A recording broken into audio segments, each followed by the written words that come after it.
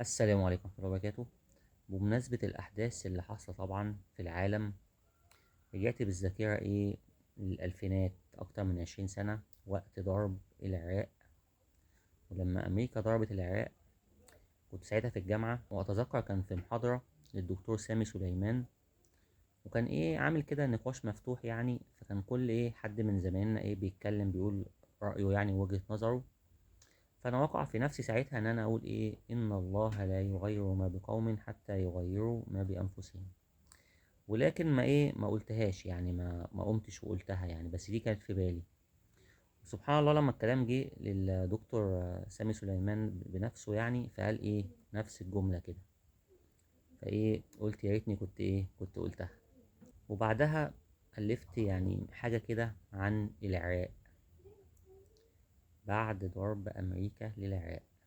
بقول فيها يا عراقي، ايه اللي فيك باقي يخلينا ما نتكلمش ونشوفك ما نتألمش؟ يخلينا ما نتكلمش ونشوفك ما نتألمش، وما يتهزش فينا رمش لو يقتلوك يا فدائي.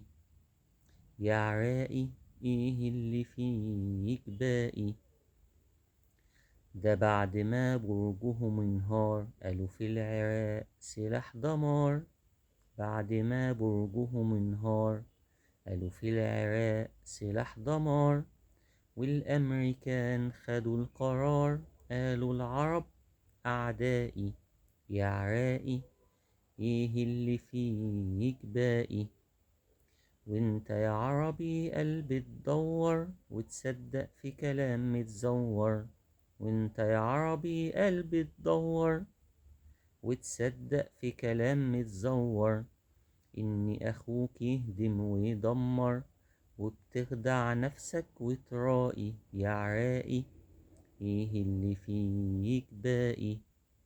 دخلوها واحدة واحدة، دخلوها يد واحدة، دخلوها واحدة واحدة، دخلوها يد واحدة.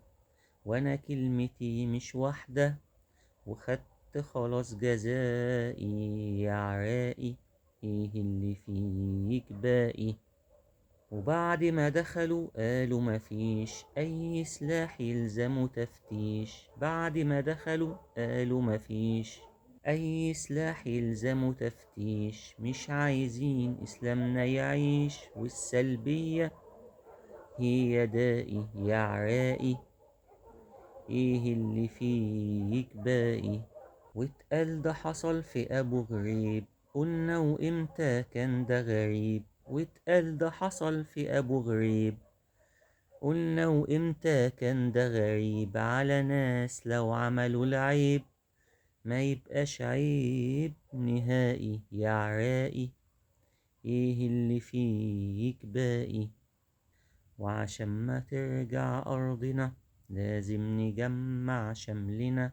وعشان ما ترجع أرضنا لازم نجمع شملنا، وتكون واحدة يدنا، وتكون واحدة يدنا، ويجمعنا التلاقي. يا عراقي، يا عربي، ايه اللي فيك باقي؟ والسلام عليكم.